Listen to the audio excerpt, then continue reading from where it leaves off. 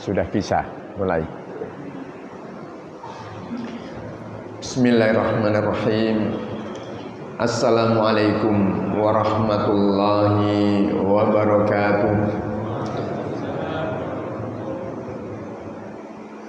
Alhamdulillahi rabbil alamin.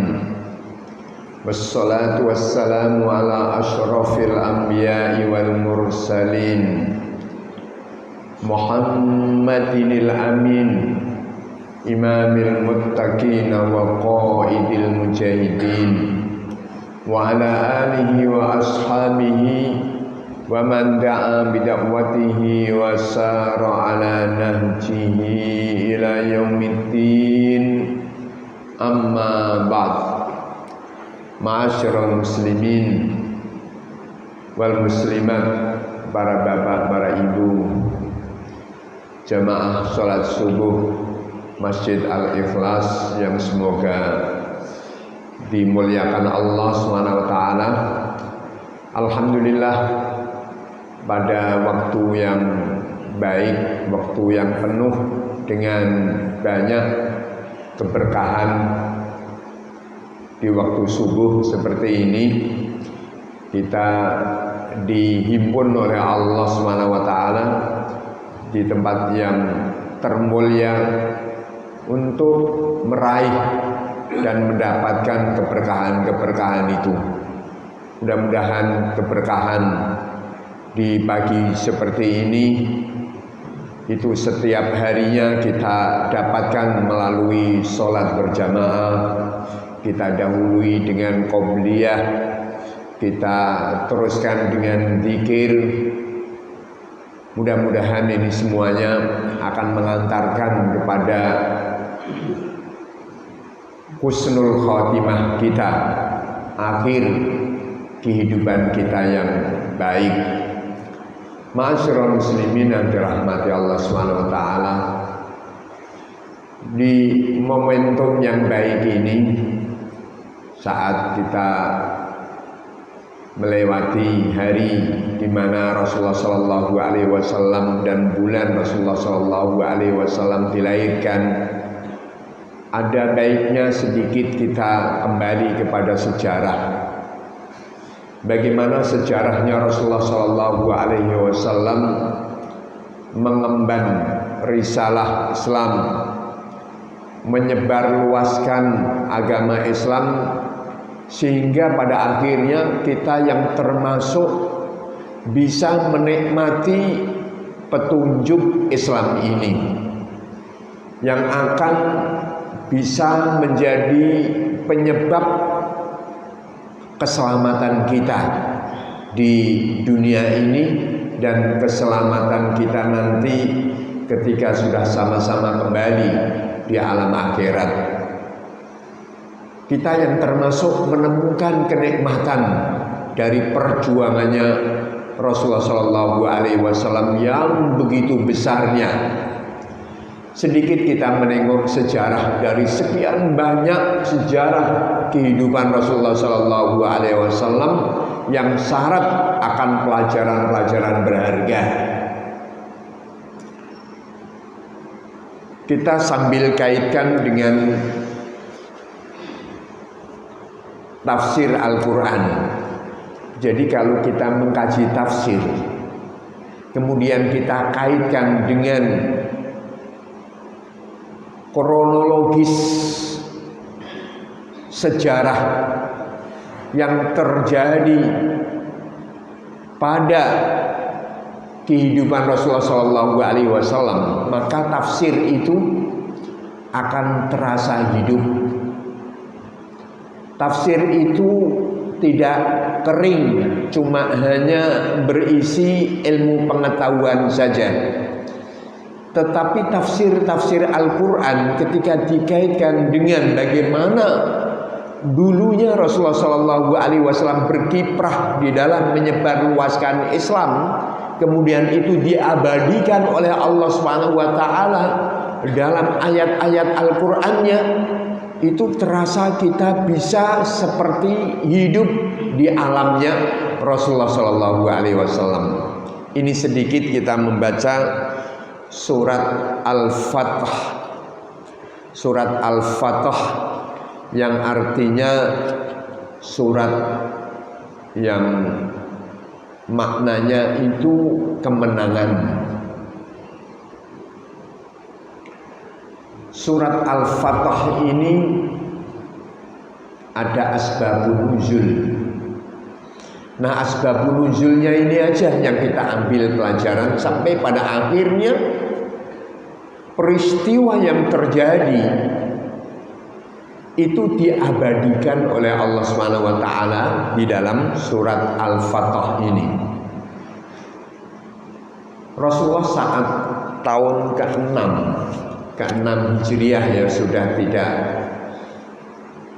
ke-6 kenabian ya, sudah ke-6 dari hijrahnya Rasulullah dari Mekah ke Madinah. Jadi sudah kurang lebih 6 tahun Rasulullah SAW itu menetap di Madinah. Kondisi kehidupan di Madinah itu sudah kondusif. Umat Islam sudah bisa nyaman hidup, baik itu muhajirinnya maupun mereka orang-orang penduduk aslinya Ansor, yang mana memang Madinah pada saat itu mayoritasnya itu sudah muslim. Karena proses islamisasi yang begitu cepatnya, orang-orang Ansor dari kabilah Aus dan kabilah Khazraj ini, dua kabilah besar Madinah, itu masuk ke dalam Islam secara cepat sekali pertumbuhannya dari dua kabilah ini, sehingga Madinah itu mayoritasnya sudah muslim. Sehingga akhirnya saudara-saudara muslim yang di Mekah, yang diusir-usir dari Mekah itu ditampung oleh saudara-saudara yang muslim yang di Ansor. Makanya dinamainya mereka Ansor, karena menolong saudara-saudara muslim Mekah yang diusir, sehingga akhirnya hijrahlah kepada mereka. Jadi sudah kondusif. Bahkan Rasulullah SAW saja diusir. Bahkan itu adalah akhir persekongkolannya orang Quraisy akan dibunuh. Tapi Allah punya rencana. Mereka punya rencana ingin membunuh pembesarnya, yaitu Rasulullah. Tapi Allah pun juga punya rencana. Wa makaru wa makarallah wallahu khairul makirin. Orang-orang kafir bolehlah mereka membuat makar, tapi juga Allah Subhanahu wa taala sebaik-baik pembuat makar. Kalahlah makarnya orang-orang kafir terhadap makar yang dibuat oleh Allah. Akhirnya Rasulullah SAW diperintahkan oleh Allah untuk hijrah, tinggalkan, ditampung oleh saudara-saudaranya Ansor di Madinah. Bahkan rumah-rumah orang Madinah muslim itu sudah dipersiapkan untuk menyambut kedatangan Rasulullah bersama dengan para sahabat-sahabatnya. Jadi sudah berjalan 6 tahun, kondusif sudah. Orang kafir saja, Yahudinya Madinah itu juga sudah menemukan kehidupan yang nyaman di bawah kepemimpinan umat Islam Rasulullah Shallallahu Alaihi Wasallam. Nyaman kehidupan. Orang kafir Yahudi itu juga bagian dari warga Madinah, kata Rasulullah. Orang Islam, Ansornya, Muhajirinya juga sudah bagian dari warga Madinah. Mereka satu sama lain saling mendukung keutuhan eksistensi daripada negeri yang namanya Madinah ini. Jadi itulah yang dibuat oleh Rasulullah dalam undang-undangnya yang dikenal dengan undang-undang Wathiqatul Madinah, piagam Madinah. Jadi piagam Madinah itu tidak cuma hanya mengatur antara sesama muslim, tapi justru kalau boleh kita katakan itu kayak di kita undang-undang negara kita lah, persis seperti itu. Muslimnya, non-muslimnya itu adalah bagian daripada warga negara yang punya hak dan kewajiban yang sama. Punya hak sebagai warga negara, punya kewajiban untuk membela keutuhan negara. Itulah Rasulullah Shallallahu Alaihi Wasallam, seorang negarawan. Nah, kemudian pada tahun ke-6 Hijriah ini Rasulullah Shallallahu Alaihi Wasallam mengajak sahabat-sahabatnya untuk diajak umroh. Ceritanya begitu, umroh karena kan ibadah ini umroh, ibadah lama ya kan, makanya Allah mengatakan wa atimul hajja wal umrota, berarti haji dan umroh itu ibadah Nabi terdahulu.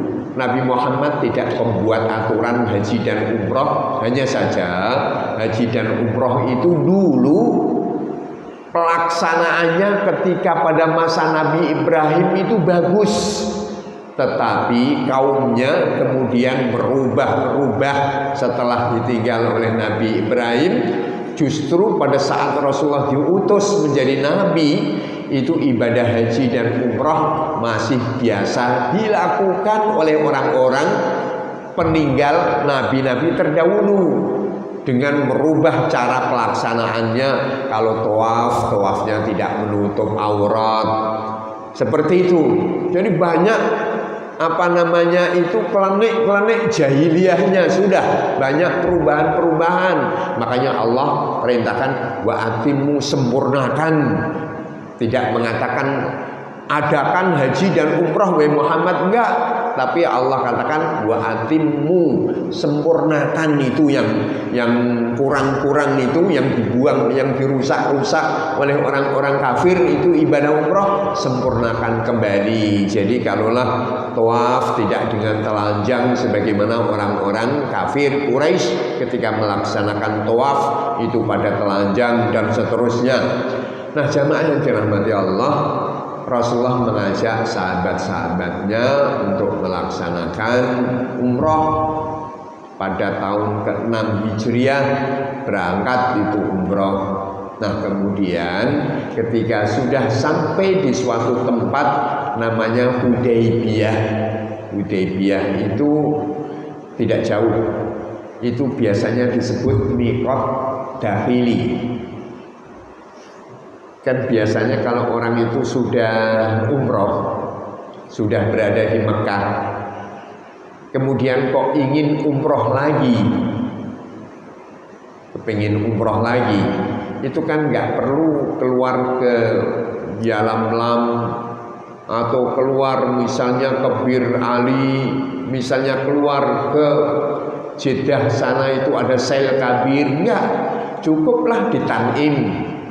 Di Tan'im itu di dalam Mekah, itu umrohnya bagi penduduk asli yang sudah ada di dalam. Ya kayak misalnya kita kalau sudah umroh gitu di dalam, sudah selesai ingin umroh lagi, nggak perlu kita keluar jauh lagi, kita cukup di Tan'im saja, di masjid yang ada namanya Masjid Aisyah.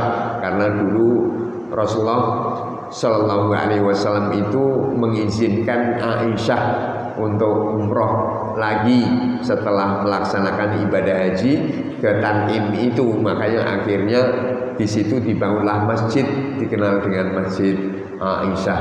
Nah, itu di tempat itu ada lagi. Kemudian di tempat yang lain ada juga Hudaybiyah. Hudaybiyah itu batas negeri halal. Di luar itu sudah masuk haram, di luarnya halal. Itu adalah juga mikot juga, bebas kita pilih di Hudaybiyah, pilih di Tan'im, itu sudah mepet masuk ke dalam kota Mekah.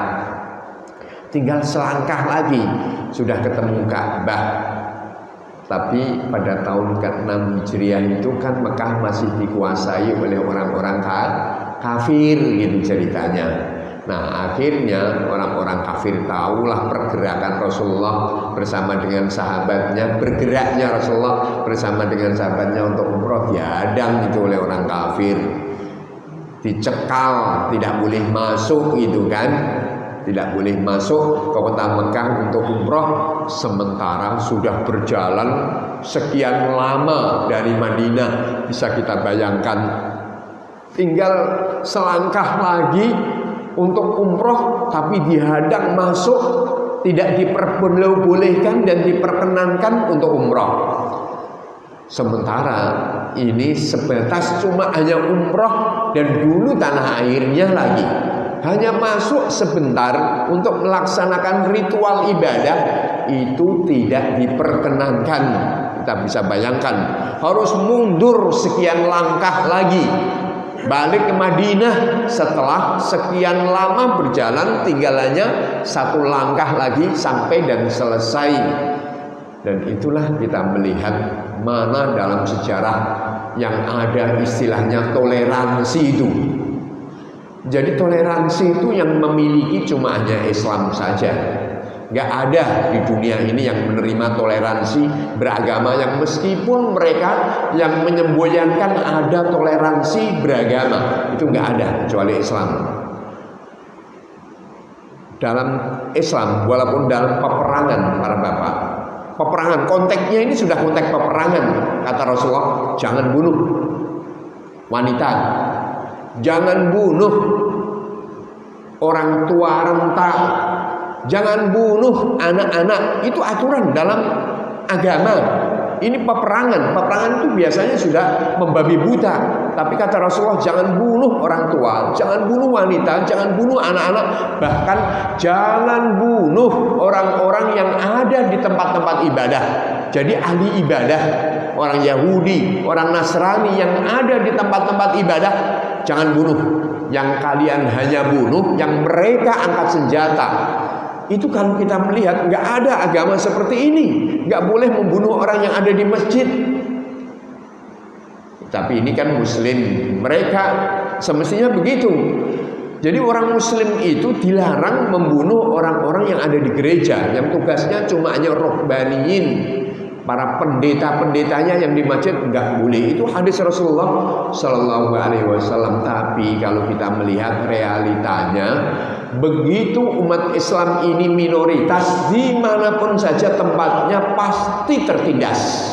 Di belahan dunia ini Muslim minoritas tertindas, tapi Muslim mayoritas, non Muslim diberikan hak untuk hidup.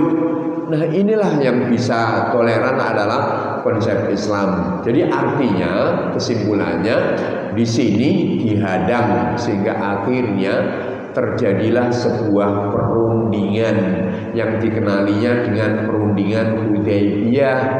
Jadi kata ulama ahli sejarah, di sini dikatakan isinya umat Islam harus balik. Itu juru tulisnya dari umat Islam, Ali bin Abi Thalib. Ditulis di atas kertas perundingannya.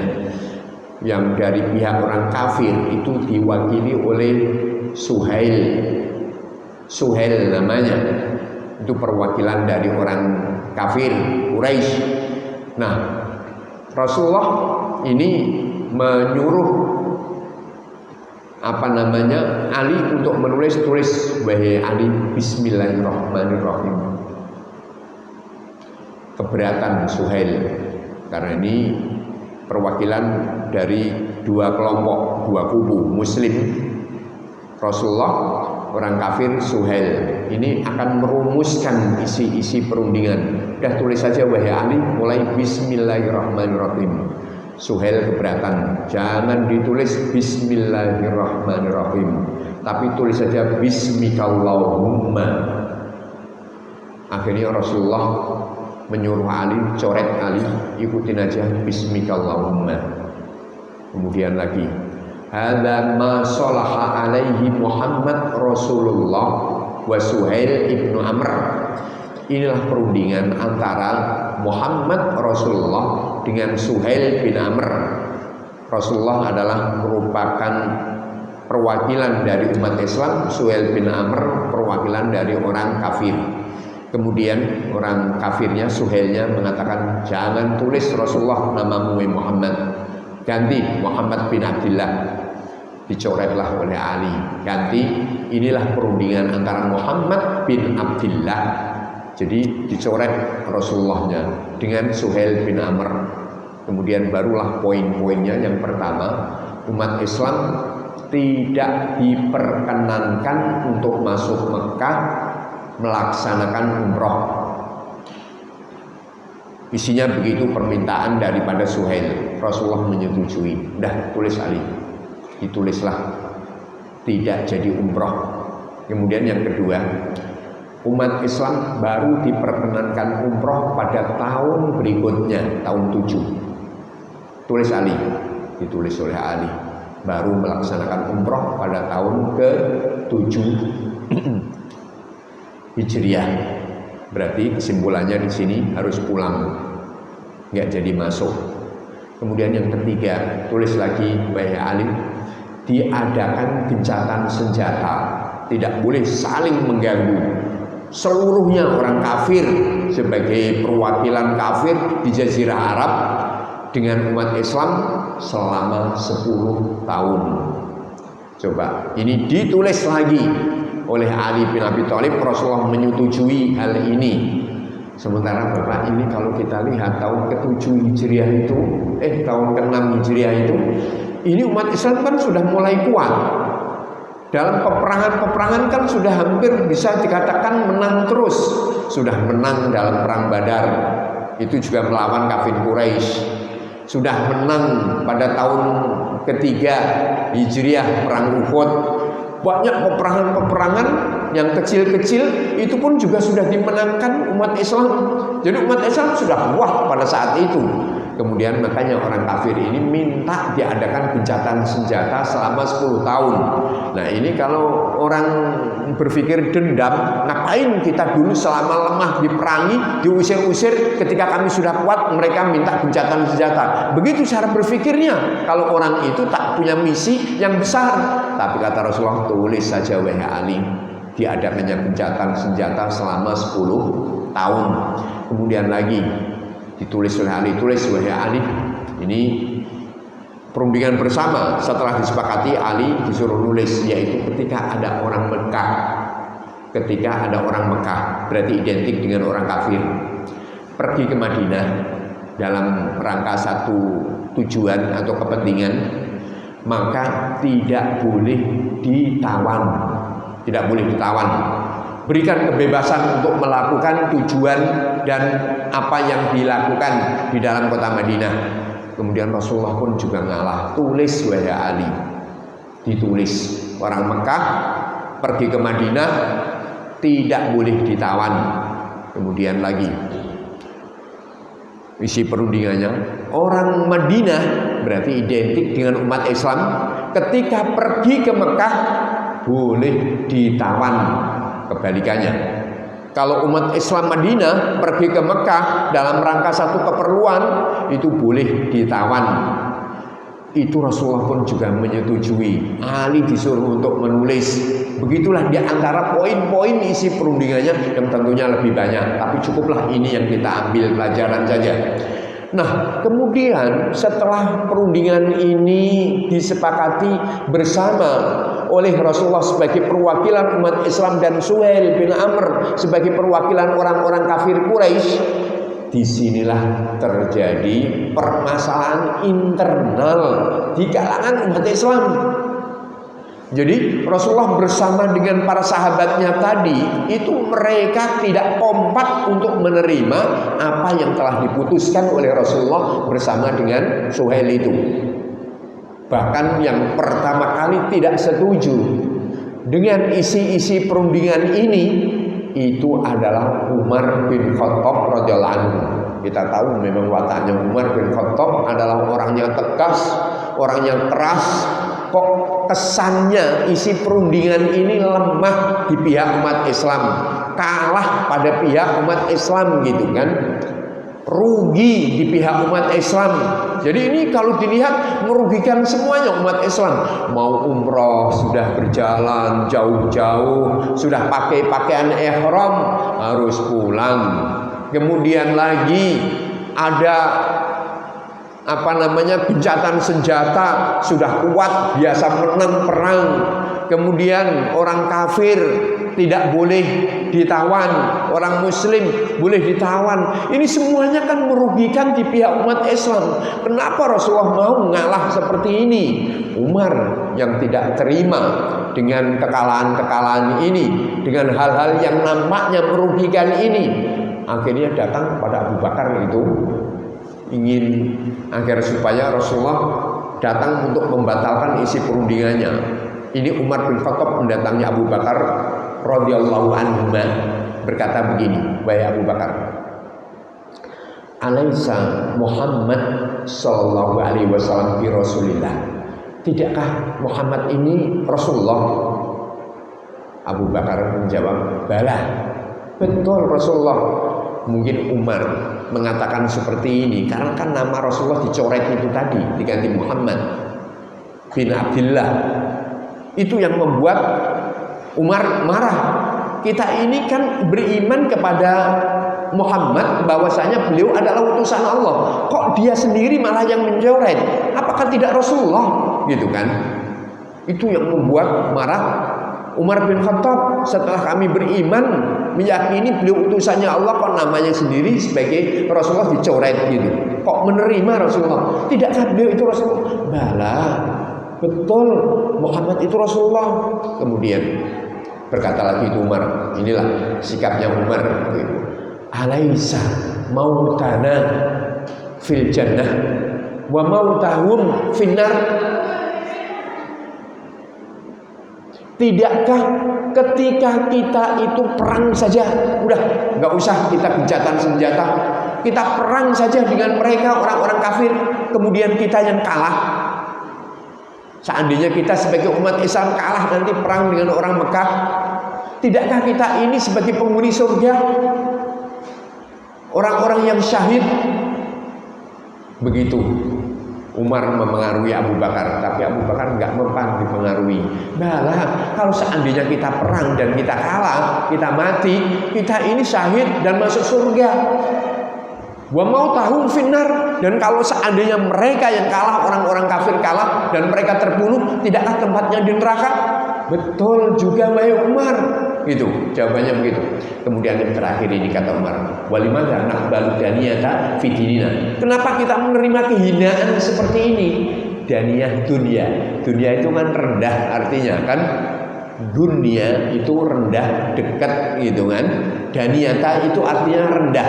Kenapa kita menerima kerendahan, kehinaan seperti ini? Kok tidak perang saja selama ini kita menang terus?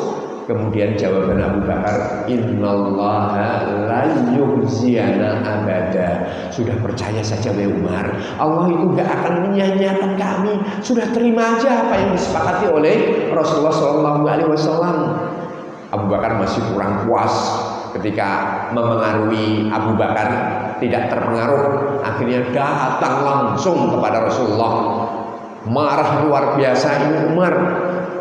Kemudian mengatakan kepada Rasulullah seperti apa yang dikatakan kepada Abu Bakar, dan jawaban Rasulullah SAW pun juga seperti jawaban yang dikatakan oleh Abu Bakar kepada Umar. Terus akhirnya dalam kondisi seperti ini Rasulullah SAW itu tidak nyaman. Sampai-sampai ketika Rasulullah memerintahkan sahabatnya untuk cukur. Pak, ini kan sudah memakai baju ihram semuanya. Orang itu kalau sudah niat ihram, kemudian kok batal ihramnya, misalnya sakit. Orang sudah niat ihram, apakah haji ataukah umroh, sakit, nggak bisa meneruskan haji dan ihramnya, itu kan wajib membayar dam. Wajib membayar dam. Nah ini namanya qisor. Qisor itu dihambat, dikepung, dihambat, dihalang-halangi, nggak bisa masuk namanya. Itu wajib untuk supaya bisa memakai pakaian biasa, halal lagi, boleh memakai wangi-wangian, boleh memakai pakaian berjahit, boleh yang lainnya yang haram-haramnya ihram itu bisa jadi halal lagi, itu harus menyembelih dulu hewan damnya. Rasulullah perintahkan sahabatnya, nggak ada yang mau. Jadi sahabat-sahabat itu maunya masuk Mekah aja. Bingung Rasulullah Shallallahu Alaihi Wasallam. Akhirnya ada istrinya yang ikut, Ummi Salamah itu ikut bersama Rasulullah untuk melaksanakan umroh tadi itu. Udah kalau begitu, wahai Rasulullah, kalaulah sahabat-sahabatmu itu ingin maksa untuk masuk ke dalam Mekah untuk umroh dan nggak mau membatalkan umrohnya, dan engkau sudah sepakat untuk melakukan perundingan seperti ini, nggak jadi umroh, sudah lakukan aja engkau yang menyembelih dammu, hewan sembelianmu. Kemudian Rasulullah Shallallahu Alaihi Wasallam menerima usulan baik dari istrinya, disembelihlah itu damnya Rasulullah. Nah setelah disembelih, rupanya sahabat-sahabat memahami bahwasanya Rasulullah itu serius dalam menyepakati perundingan itu, harus pulang ke Madinah. Akhirnya dengan berat para sahabat pun juga mengikuti apa yang dilakukan oleh Rasulullah SAW, yaitu ikut juga menyembelih damnya sebagai orang yang membatalkan ihramnya. Jadi seperti itu kisahnya, kesimpulannya. Ini tahun ke-6 Hijriah. Akhirnya nanti kita akan lihat. Akhirnya karena kesimpulannya seperti itu, ya pulang. Sudah tinggal selangkah lagi, bisa mundur beberapa langkah lagi, Pak. Bayangkan kalau bapak-bapak itu sudah berjualan jauh, rindu sekedar hanya umroh tawaf aja, nggak merugikan orang-orang kafir. Sudah berjalan berhari-hari dari Madinah, kurang lebih 400-an kilo jalan, nggak naik pesawat, jalan kaki tinggal masuk. Ada yang naik kendaraan, ada yang jalan gantian kendaraannya. Tinggal hanya selangkah lagi masuk, harus pulang. Dan nggak ikan perang, niatnya umroh saja untuk ibadah, kok pulang? Ya wajar kalau manusiawi gitu, secara manusiawi bisa diterima. Tapi akhirnya benar-benar pulang. Nah, disinilah akhirnya terjadi peristiwa besar yang harus kita pahami bersama. Inilah nanti akan nampak kepemimpinan Rasulullah Shallallahu Alaihi Wasallam itu benar-benar akan nampak di sini yang tak dipahami oleh para sahabat-sahabatnya. Jadi ketika dalam perjalanan pulang dari Mekah ke Madinah lagi, di pertengahan jalan akhirnya turunlah satu surat.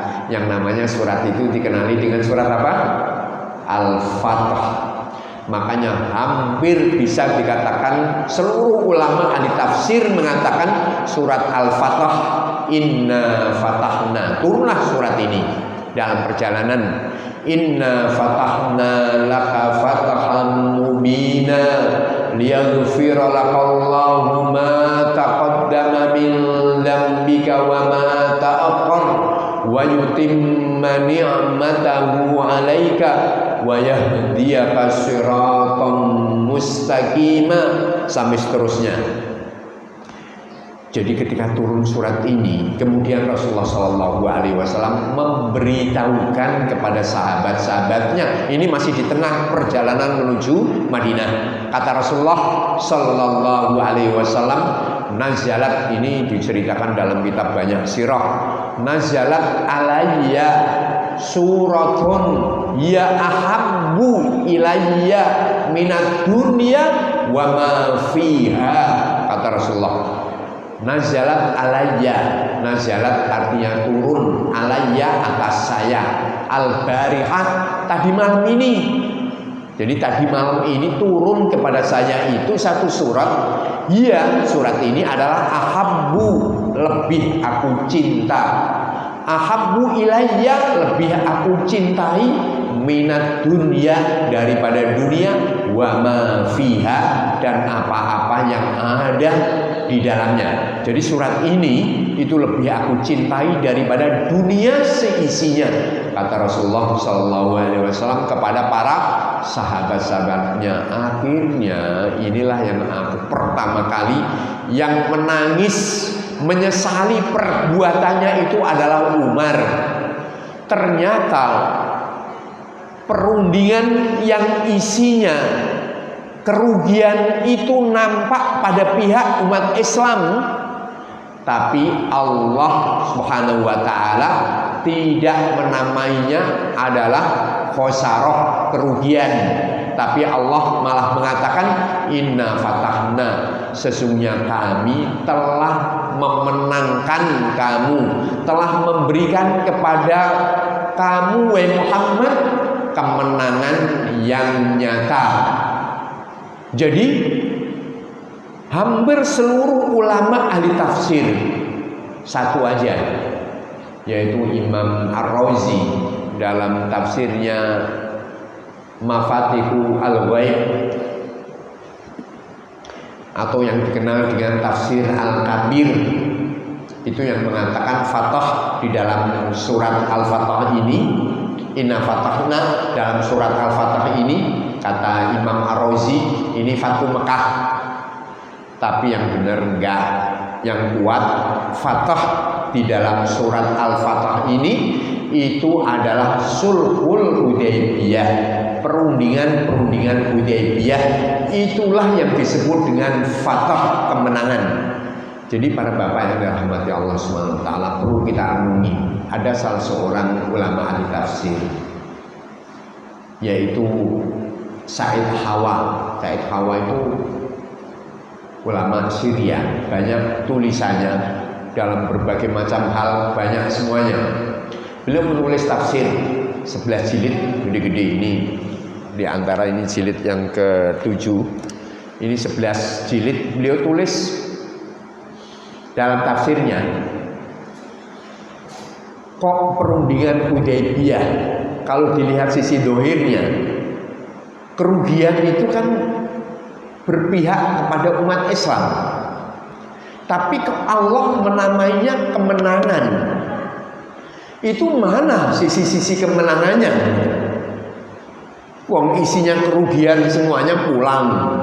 Kemudian gencatan senjata sudah saat-saat menang-menang dalam peperangan, gitu kan? Kemudian umat Islam Mekah, orang kafir pergi Madinah, nggak boleh ditawan. Setelah selesai melakukan keperluan, balik ke Mekah dengan aman. Tapi kalau umat Islam di sana boleh ditawan, kan rugi semuanya.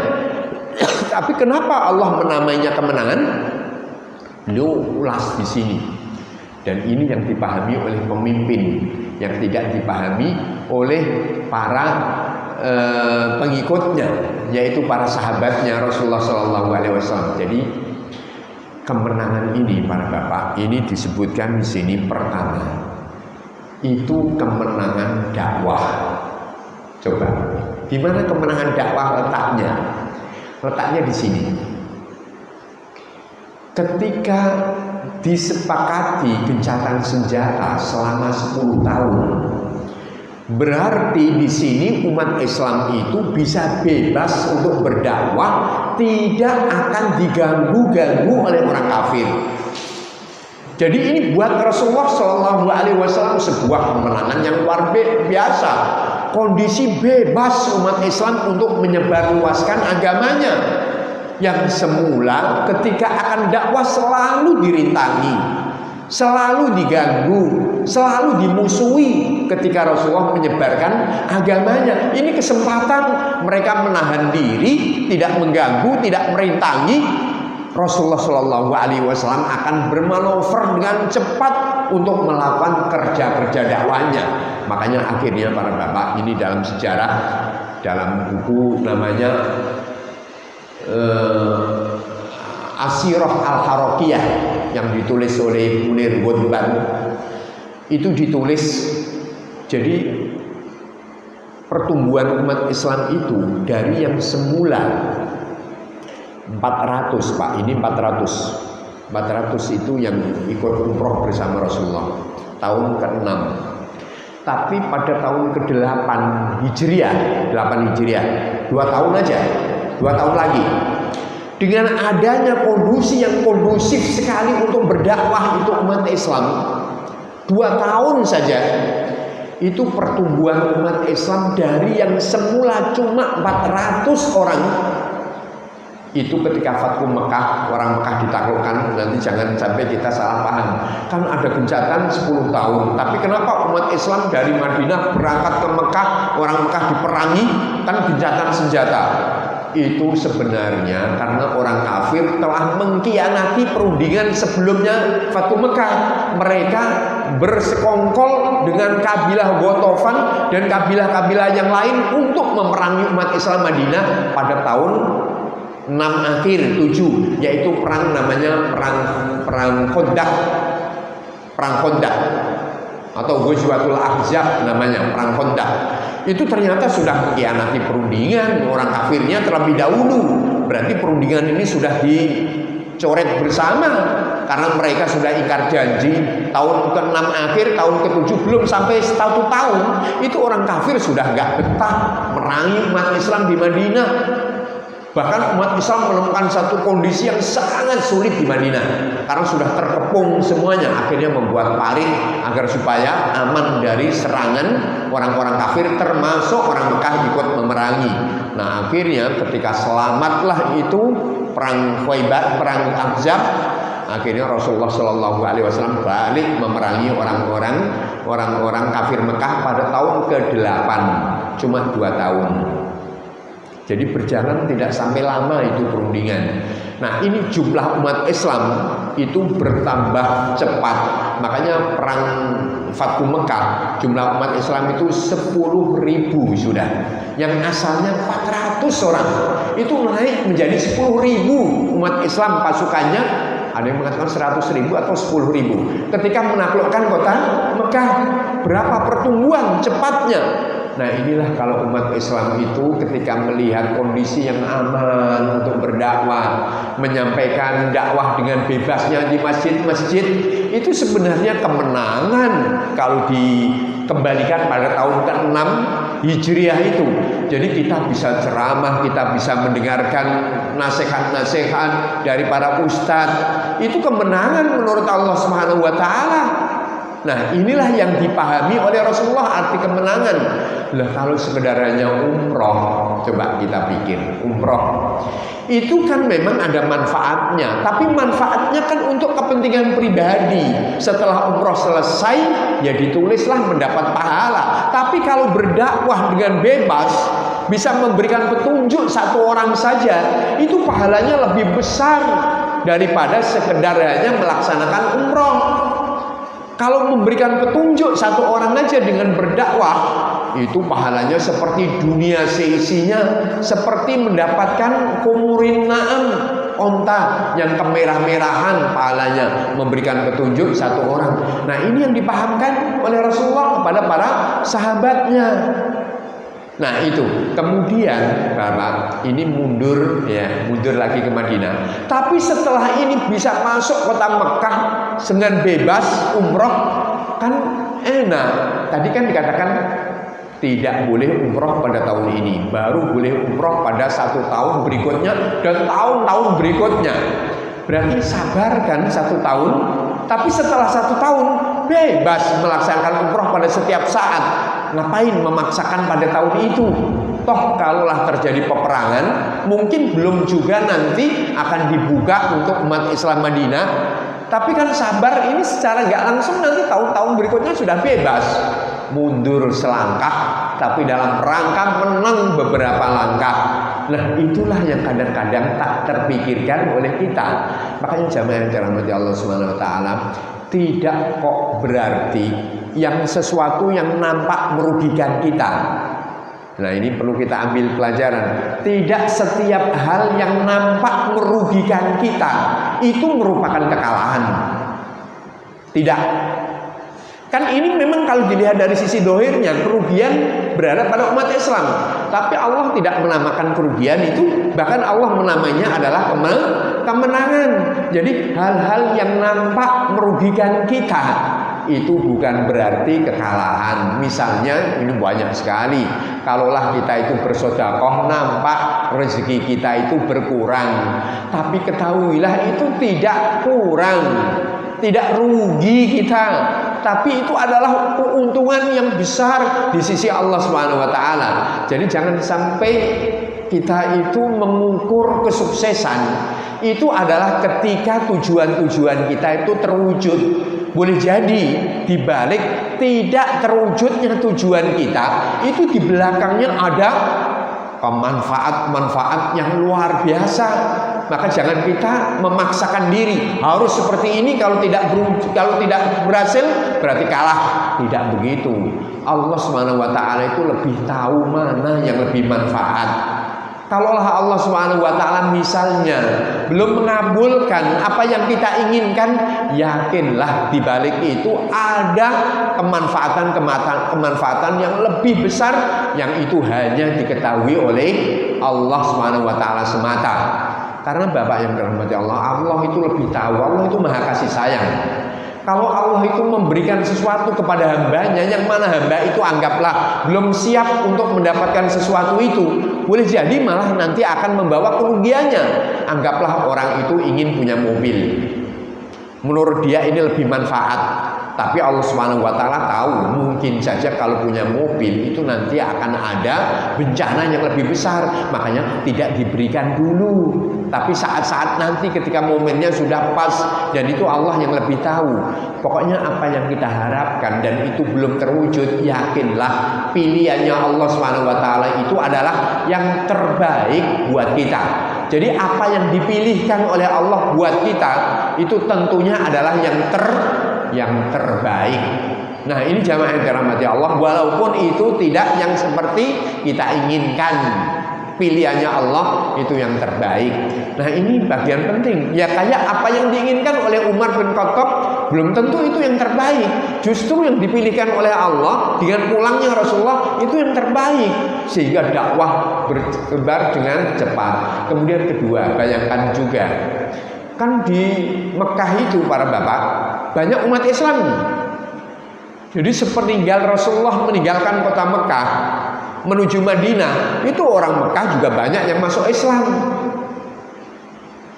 Nah, ini dengan gencatan senjata, berarti umat Islam Mekah ini kan bebas dia untuk bisa menjalankan agamanya, nggak diganggu kan gencatan senjata, nggak akan dipengaruhi kalaulah mau sholat di Ka'bah, kalaulah mau melaksanakan ibadah. Jadi umat Islam yang ada di Mekah pun juga bebas untuk menjalankan ajaran agamanya. Ini kan merupakan kemenangan lah. Kalau saat itu masih diperangi terus, masih diganggu. Inilah seorang pemimpin yang dipikir itu adalah yang lebih luas daripada kepentingan pribadi yang namanya hanya umroh saja. Itu kan kepentingan pribadi. Tapi dengan seperti itu umat Islam kan bebas. Makanya apa? Ini ketika Rasulullah SAW itu tahun 8 kemudian melaksanakan peperangan yang dikenal dengan Fathu Mekah, dan kemudian orang Mekah ditaklukkan oleh Rasulullah bersama dengan sahabatnya. Itu kan Rasulullah menjadi imam di Masjidil Haram, menjadi imam di depan Ka'bah. Nah, ada pengikut penduduk asli Mekah. Jadi penduduk asli Mekah Muslim itu ikut berjamaah bersama Rasulullah karena bergabung perang juga. Setelah selesai peperangan Rasulullah sholat, kemudian Rasulullah sholatnya dikosor. Tapi kan Rasulullah tahu ini ada penduduk asli Mekah ikut berjamaah bersama Rasulullah tahun ke-8-nya. Maka kata Rasulullah, kalian nggak boleh kosor loh, wahai orang Mekah, kalian kan penduduk asli. Kalau kami kan musafir, ya kami yang kosor. Kalian atimu sholatakum fa inna qaumun safrun, kata Rasulullah. Sempurnakan sholat kalian, wahai penduduk asli Mekah. Jangan kosor seperti kami mengkosor. Jadi mereka kan bisa bebas, enak gitu kan, untuk melaksanakan ibadahnya dengan adanya gencatan senjata 10 tahun. Makanya kalau kita lihat umat Islam itu umat yang cinta akan damai, nggak cinta perang. Sudah kuat saja, yang sering menang saja dalam peperangan diajak gencatan senjata.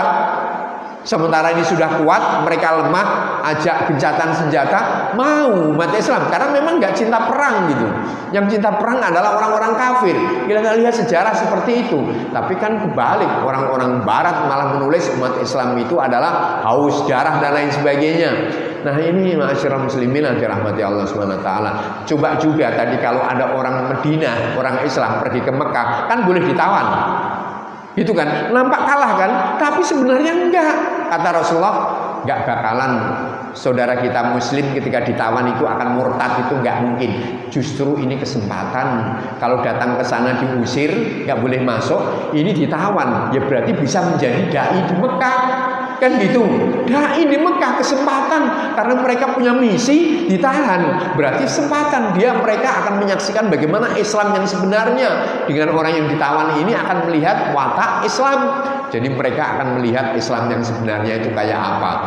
Tapi kalau mereka itu nanti orang Mekah pergi ke Madinah nggak ditawan, nah setelah melihat umat Islam ternyata indah sekali muamalahnya, pulang ke Mekah ternyata Islam itu nggak seperti yang kita duga sebelumnya, ganas galak. Enggak, kalau kita berinteraksi dengan orang Islam di Madinah, orangnya ramah-ramah. Ketika pulang ini diberitakan kepada orang Mekah, Islam itu indah. Jadi itu yang dipikir oleh Rasulullah SAW.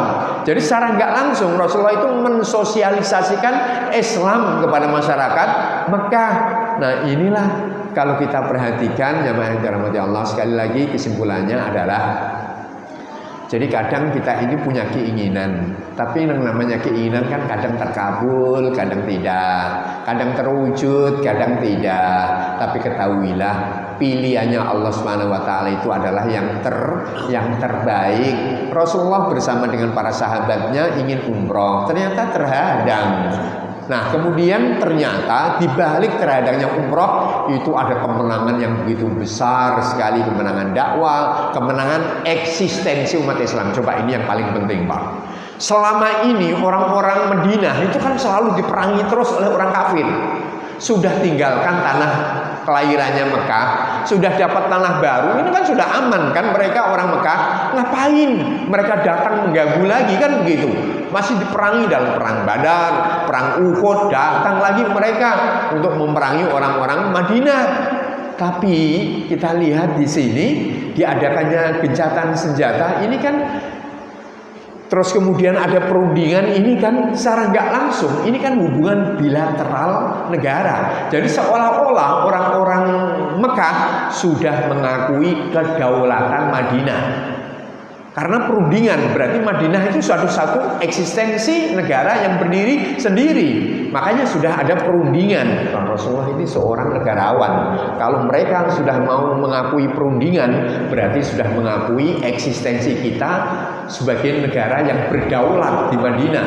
Nah ini yang dipikirkan oleh Rasulullah, sehingga akhirnya orang Mekah sudah mengakui kedaulatan Madinah dengan adanya hubungan bilateral ini tadi. Jadi itulah Rasulullah seorang pemimpin, itulah Rasulullah seorang negarawan yang membawa kebaikan hidup manusia. Jadi di Madinah aja orang kafir aman, orang Mekah pun juga mendapatkan rasa aman, nggak diperangi walaupun umat Islam sudah kuat dengan gencatan senjata seperti itu. Akhirnya Islam itu berkembang cepat, 10.000 hanya waktu 2 tahun saja, yang asalnya 400. Ini dengan adanya kondisi yang kondusif untuk berdakwah seperti itu.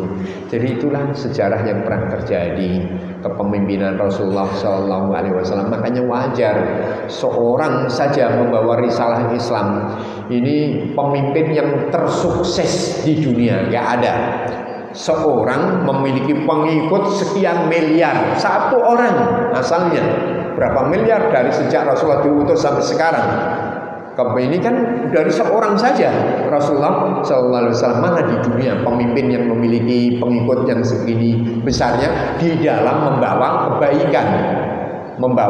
kebaikan. Itulah Rasulullah, manusia yang sangat amat wajar dijadikan sebagai tauladan panutan buat kita bersama. Jadi mungkin ini saja para bapak yang dirahmati Allah Subhanahu wa taala. Ini sudah syuruk belum ya Pak? Kalau sudah syuruk nggak usah ada pertanyaan Pak ya, kita sudahi dengan doa kafaratul majlis. Subhanakallahumma bihamdika asyhadu an la ilaha illa anta astaghfiruka wa atubu ilaik. Assalamualaikum warahmatullahi wabarakatuh. Saya jam 7 ditunggu akan ke Sumedang Bapak. Ini Ustadz Azhari yang nunggu di rumah nanti jemput. Jadi yang biasa ngisi di sini juga. Jadi maaf nggak ada pertanyaan, nggak apa-apa ya. Insya Allah lain kali kita buka forum tanya jawab. Silahkan bapak-bapak, ayo.